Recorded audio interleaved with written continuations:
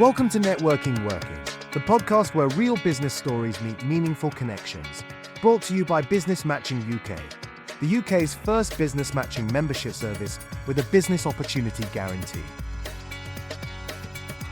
Whether you're building something new, scaling something established, or just exploring smarter ways to move your business forward, you are in the right place. Welcome back to Networking Working and the last episode in this season. Today, we're diving into one of the most exciting elements of your BMUK membership, the matching process. As we've touched upon before, this process is not simple. It involves human and technologically advanced techniques, which is why, for this episode, we have the benefit of both Paul and Phil. Welcome both. Hi. Hiya. Paul, you've mentioned before that you leave anything technical to Phil. So let's start from your perspective. Once somebody joins BMUK, does the matching start straight away? The way that it starts is usually there's a conversation with them. Very quickly, there's only a certain amount of people in each group, in each city, doing certain occupations. So we select them very carefully, usually by recommendation. Not always, but usually. So I'll have a conversation with them first to see if I feel it's right for them, but also if they feel we are right for them. So as and when they usually come to an event, a Zoom event or face-to-face, then we'll join. And from the moment they join, it's part of the onboarding process. And the first part, I've just done one this morning, is a 30-minute discovery meeting with me. So it's to discover how we do it and what we do. And the end result of that is every member who's joined gets access to all the member lists. We ask them to annotate on the list who they would like to meet. These are introductions to other members who they've decided they would like to meet. So the matching process begins in the first half hour of their membership with us. And to back that up, Paul hands over the baton in this race and we take over from a technology point of view. So when Paul has had that conversation and we've got the green light, then there is a series of emails that go out to the prospective member, and that enables them to come on to our database. And what that enables them to do through a secure login is to complete what we call a profile or an offering. It also allows them to select from a whole range of categories the sector, business areas that they believe they're involved in. But the key to all of this is what we call the profile or the offering. So the more accurate, the more deep, the wider the offering they can put onto that profile, that helps our technology to improve the level of matching. So changes in their business, an extra product or something they do uniquely different to their competitors, please add that to your profile, because our technology will enable them to improve the number and the quality of opportunities that come their way. There's a certain instinct as to who will be great to introduce to whom, but when it comes to technology doing its thing, what criteria do you look at when deciding who should be matched with whom? Again, we have two aspects of this. One is the personal touch, which is important, but the other is the technology bit. From the profile I mentioned, we're able then to put a question set in place that enables a further analysis of that profile. It digs deeper into what they've put. The aim is to get, if I use the analogy, lift up the bonnet of the car and to actually see the type of engine, maybe the VIN number they've got. Is it a diesel? Is it a petrol? Has it got two carbs? Has it been modified? That helps us to understand a bit more. So that question set is validated. And the results from that go onto our technology platform. And then what we do, we analyze that through a couple of processes. Now, for each member, that generates a set of opportunities. Those opportunities we have to be very aware of, because as we cycle what we call our question set over a 6-week cycle, it is quite possible for a very similar or a same match to occur again, maybe the following month or the month after. So we have put in place a traffic light set. So usual stuff, red, amber, green. As we look at the results of the question set and then the analysis of the question set, there may be reds. Now, reds will tell us, ignore that. That is clearly a repetition. And that repetition, well, may be because we haven't gone deep enough or the profile isn't wide enough.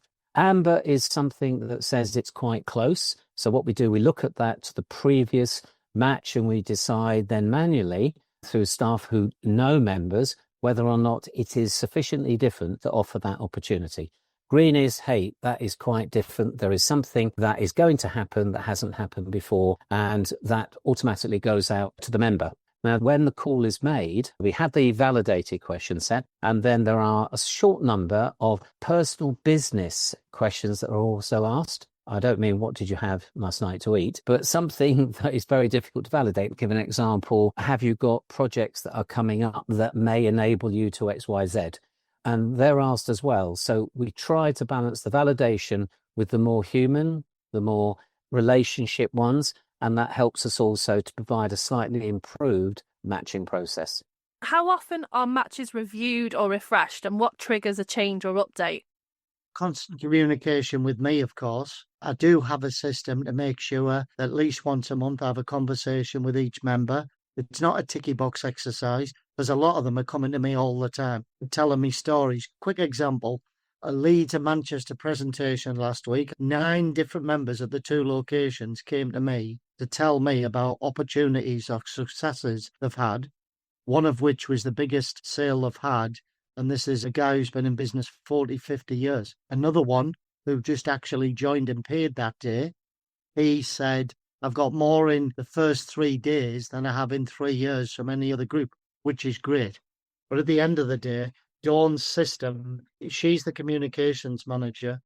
It's vital that people, both on the manual side and on the digital side of the business, take the calls with Dawn, book the calls with Dawn, keep the calls with Dawn, because it keeps us up to date with where they're up to, exactly as Phil just wonderfully laid out.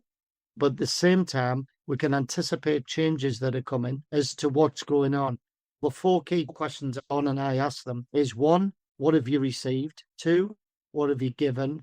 3, your partnerships, and they could be outside of BMUK. And 4, your success stories, which we publish with their approval for free. So that's really how we track it, how we do it, how we keep on top of it. And then basically I do an annual review with them as well. So it's very people orientated. As we get bigger, as Phil says, we've got technology and ideas how to do that, to keep the quality, but to take away a lot of the time consuming part, but not lose the human touch. Yeah, technology will add to that. Like in any business, to put in place technology does take a bit of time and to get it right. And we know today there's such a lot of technology out there. What we're busy doing is looking to select what is right, what can add a much sharper edge to our cutting knife. And that cutting knife is an improvement in not just the number of opportunities or matches that a member will have, but also the quality, both internally and externally. And it does take a bit of time to get all of these in place. Some of them don't work. We know that. Some of them do work. Some of them you think don't work, do work. So it's a matter of sifting through those. And we're in the process of looking to build that in a much sharper, more professional and a more accurate way. This episode of Networking Working is brought to you by Business Matching UK, the UK's first business matching membership service with a business opportunity guarantee. If you're tired of turning up to networking events that lead nowhere, BMUK guarantees to offer something different. Structured, supported, and strategically driven business development, designed to connect the right people in the right way at the right time.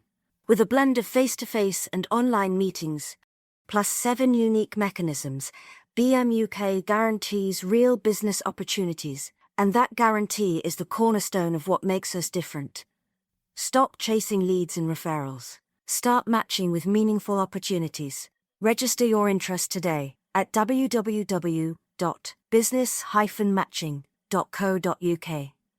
Business Matching UK. Matching ambition with opportunity. How flexible is the matching process? For example, can members request adjustments if their needs evolve?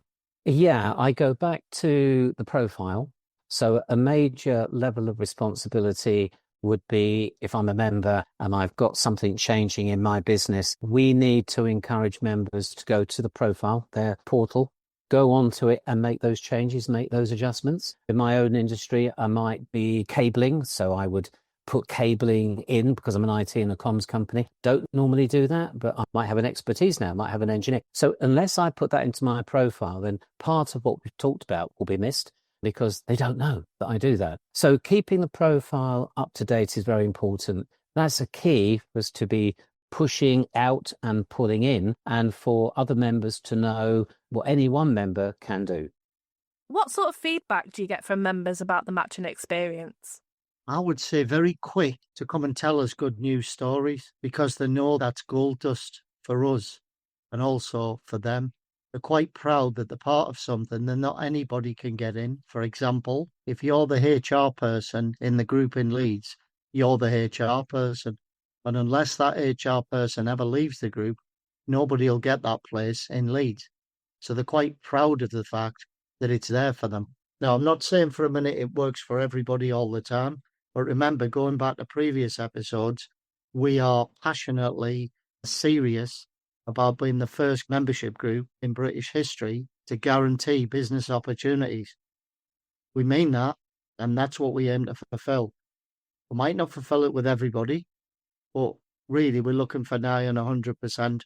The reason we think that'll come to pass is because unless your business is very, very, very niche, in which case we'd identify that quickly, maybe not even encourage you to join, just be honest with you. If they follow the 14-point engagement guide, we're confident they will, and so far most of them have, get a return on investment. So the feedback is both manual and, as Phil's clearly portrayed, digital. It's crucial that we capture it in both ways, but they often want to tell their story of success. And we'll need that for the newsletters for next year. We'll need that for the videos by somebody that we've got who's a member who does that and has helped us with that. And verbalization and visualization and podcasts are crucial to get the message out that this really is different. A lot of people say to me, for what you're charging, this is an awful lot. I say yes, but if the retention rate's high, it becomes very lucrative and it becomes very famous very quickly. But there are other people out there, other groups. Some of them are collaborating wonderfully with us. There's some of them waiting for us to trip up so they can say, told you it couldn't be done. Phil and I, more than 50 years experience between us in networking, maybe it's a bit more.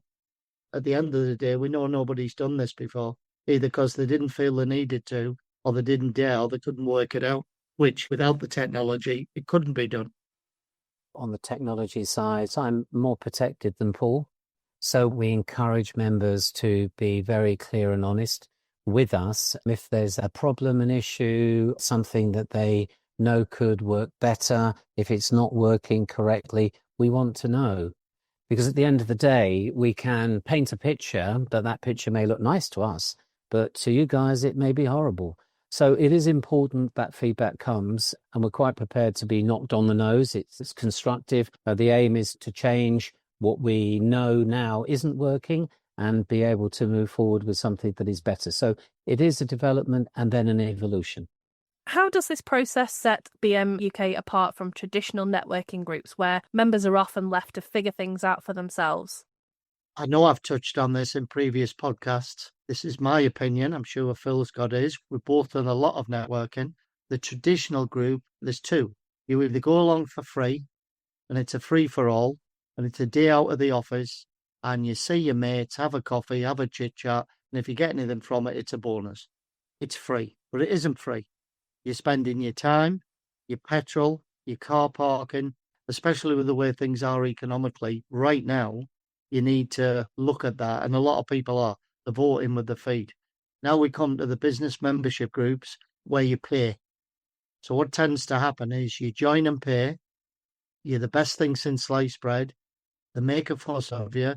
You get 6 to 8 weeks in, and you just become part of the furniture. And I'm not meaning they ignore you, but then when it gets to the 10th, 11th month, you're suddenly flavour of the month again. So that's why we have a 6-month membership, to keep the members on the toes and engaged, and keep us on the toes to provide what it says in the tin. And because we're confident, that's what sets us apart from the other groups, because we dare to do and we dare to renew every 6 months. So I think really from the point of view of setting us apart from other groups, the key element that I've missed is that we as a group accept some part responsibility for providing business membership opportunities, both internal and the toughest one, external. And by doing that and guaranteeing it, that takes us to a place nobody's ever been before. The aim is to deploy technology to make a difference. As Paul rightly says, traditional networking is the same week in, week out, or month in, month out, mornings or afternoons, or even whatever it may be. And many of these networks, they do work outside of the time that you meet face-to-face, predominantly through WhatsApp. But you're still looking to have a referral or a lead from a member that you've maybe just spoken to at the last meeting. The aim of BMUK is to be able to work harder using technology when members are making money in their own business. They are on holiday, they're asleep, they're doing something else. So as Paul said, the internal and external opportunities are churning over all the time. We also try to vary how members get together. It isn't just you meet every week at the golf club or at the hotel. The aim is that there are meets, yes, but we split that up with Zoom meetings. And what we do at those Zoom meetings is to encourage members to learn more about each member. Those interaction sessions have got headings, titles, projects. So they're not just sat there doing 60 seconds. There's a theme to it and there's a reason for it. And it draws them out so they don't just drone on about what they're doing, what they're looking for, and that's it. So it creates collaboration and team spirit. And that's why a lot of the members are collaborating and getting to know each other, in which case, when projects come up for them to work on together, they can signpost people with confidence because they know them. And to do that across the different groups is quite something. You might do it in a very small networking group that meets every week where there's 15 of you. You get to know each other really well. How about having that intimacy and professionalism with 100? That's difficult. If you've ever wondered how some members seem to form powerful connections so quickly, now you know. It isn't luck, it's the BMUK process doing what it was designed to do. If you're listening thinking, I could benefit from being matched with the right people, or I'd love to be part of a community where introductions are meaningful, not random, then maybe it's time to take a closer look at BMUK. Join us for Season 2, where we will start to hear from the members of BMUK, another membership benefit. Thank you so much for your time today, both. You're welcome. Pleasure. If today's episode gave you fresh insight, a practical takeaway, or simply something to think about, hit follow, leave us a rating or review, and share the episode with someone else navigating the same landscape.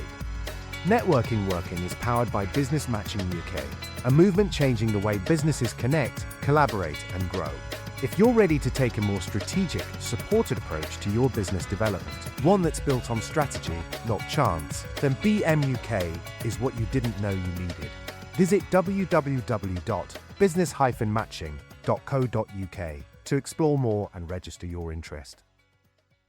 The information in this podcast is for general guidance and entertainment purposes only. The Networking Working podcast shares ideas and experiences to inspire and inform, and we believe they can be valuable, but they may only reflect part of your own business journey.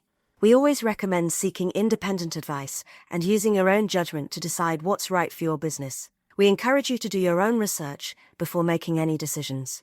The opinions in this episode are our own and those of our guests, and we do our best to ensure the content is accurate and relevant at the time of recording. If you have any questions or would like to continue the conversation, you can reach us at info@business-matching.co.uk. Thank you for listening.